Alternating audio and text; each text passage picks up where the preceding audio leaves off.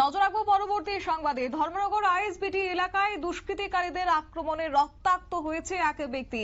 অবশ্য এই ঘটনা সোমবার রাত আনুমানিক 11:40 নাগাদ ধর্মনগর বটরশি এলাকায় বোনের বাড়ি থেকেই ঈদের নিমন্ত্রণ খেয়ে বাড়ি ফিরছিলেন ধর্মনগর মহকুমার ভাগ্যপুর এলাকার বাসিন্দা নিজামউদ্দিন এবং তারপরই ঘটল বিপত্তি। ধর্মনগর আইএসবিটি এলাকায় 4 থেকে 5 জন দুষ্কৃতিকারী মিলে নিজামউদ্দিনকে আটক করে আক্রমণ চালিয়েছে বলে অভিযোগ।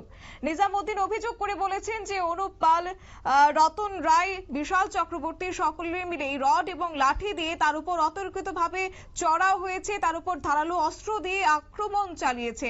কি রয়েছে ওনার বক্তব্য, শুনুন।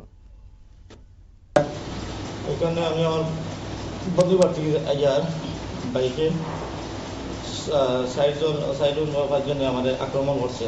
তারা রড দিয়া বাড়িয়েছে, চাকু দিয়ে আমার এখানে আক্রমণ করছে। সরাই থেকে এখানে চাকু আগা লাগছে, এখানে রড দিয়ে এখানে মারছে, ফাওয়ে মারছে, বুকের মধ্যে বাড়ি মারছে, তারা মারছে।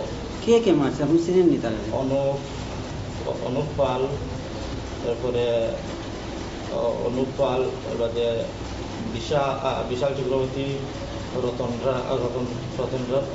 রায়, এরপরে ওই যে আরেকটা নাম হয়েছে গিয়া কি। আপনারা শুনলেন আহত নিজামউদ্দিনের অভিযোগ এবং তিনি তাদের নাম জানিয়েছেন। অবশ্যই এই ঘটনার খবর পেয়ে ঘটনাস্থলে উপস্থিত হয়েছে ধর্মনগর থানার বিশাল পুলিশ বাহিনী। ঘটনাস্থল থেকে আহত ব্যক্তি নিজামউদ্দিনকে উদ্ধার করে ধর্মনগর জেলা হাসপাতালে পাঠানো হয়েছে। ধর্মনগর থানার পুলিশ রাতেই ঘটনার তদন্ত শুরু করেছে এবং তারপরে তাদের তদন্তের পর বেরিয়ে আসবে এই ঘটনার পেছনের মূল কারণ কি। সবটাই অবশ্য তদন্ত সাপেক্ষ। নিয়ে নিচ্ছি ছোট্ট একটি বিজ্ঞাপন বিরতির সঙ্গে থাকুন।